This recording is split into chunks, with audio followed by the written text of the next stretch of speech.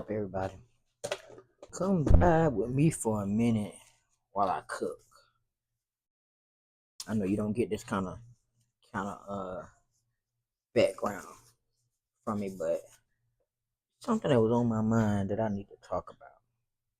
One word: family.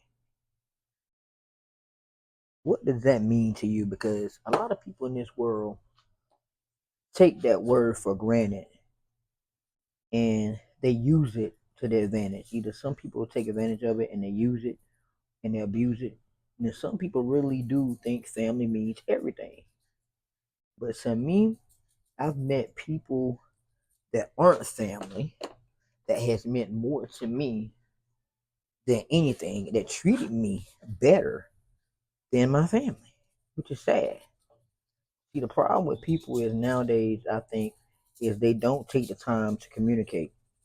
And that's why a lot of times things get misconstrued and people think a certain way about people because they don't actually talk to the person. They go off what somebody else says, not how that person made them feel or how that person really is. But it's just real life. Like, people real life out here fighting their own battles and within themselves. And for people to just act like it's nothing, it's a problem. You know? Let me pause for a minute. So let me tell y'all what I'm cooking real quick. I am cooking some baked chicken, some fried chicken, and some rice. And I don't know what my vegetable gonna be yet, so I can't even talk about that right now. But with my baked chicken, I have kind of like saturated in some oil, some olive oil, so the seasonings can stick to it. And of course, I got a wet and dry bath for my chicken, so I can make it extra crispy. That's what I'm doing right now, y'all. But yeah, I just want to talk about that because here lately, man, life has really been life, and a lot of times I keep a lot of things to myself because, for one, ain't nobody business. Two, it's not gonna serve a purpose for me to even say anything, so I don't say anything about it. But life out here is hard enough just to live and to have grudges, hold grudges, and have these unresolved feelings about a person. Is insane to me. I would rather choose peace over mess any day. And the older I get, I'm starting to realize too that I will choose to not react than to react with things now. Back then, I felt like I had to, defend myself at all costs. Everybody been there. But now, I'm like, bro, I don't gotta do that. I know who I am. I know what I stand for, and I don't have to prove nothing to nobody. And that's just where I'm at with it right now. Life is life is already hard enough living it.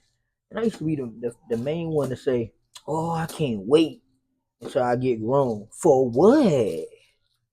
To get out here and get beat up by life? Like, life be tripping. And sometimes a lot of things happen to you not because of your own fault, but because it was already supposed to happen. You know what I'm saying? It was supposed to happen. And just because one person is doing better than the next doesn't mean that they chose a better life or they did things differently or whatever the case may be. Doesn't mean that. Now, we all, don't get me wrong, we all make decisions and choices in our life. We do. We make choices and decisions. We do. But what really gets me is people try to hold your past against you. And a long time ago, one of my church members used to tell me all the time. She was like, "Don't let nobody, and I mean nobody, define who you are." And ever since she told me that, I was like, you know what? I'm not gonna let nobody define who I am. I know who I am. And once you know who you are, ain't nothing. I mean, when I say nothing, ain't nothing nobody can say about you to take you away or to cheer you away from things. You could, because you know who you are. But see, that's the problem. We got a lot of people out here that are not healed. We got a lot of people out here that have been through so much in their lives, and they're taking it out on people around them instead of dealing with the problem they have within themselves. And that's the issue. They're not dealing with their problems with themselves before they go out here and be unhealed, trying to have these so-called relationships with people, and now you're ruining your life and you're blaming everybody around you for your mistakes. Make it make sense. Make it make sense for real. And then now you got people that are trauma bonding. They went through this and they went through that. So, of course, they're going to relate to each other and they're going to talk to each other because they've been there, done that. But I do believe that in life we have lessons to learn, and a lot of us repeat those lessons that we should learn from the beginning. We should have learned it from day one, but instead we keep repeating it over and over again and not learning. We're just out here making reckless decisions for no reason. And then we want to point fingers at everybody else because we're going through what we're going through. And then a lot of people deal with you based off status too. I've noticed that. A lot of people, if you don't have money, or if you don't have a degree, if you don't have this or you don't have that, then they're not gonna deal with you. You know what I'm saying? So now you got to be in a certain status to be a part of something called family. Family's gonna forever stay divided until they decide to start facing the trauma and facing the issues that they have. They're never gonna come out of the situation. They're never gonna be able to talk about it and heal from it because they're steady holding things over people's heads. And then instead of talking about it, what they're doing, they're out there making up things.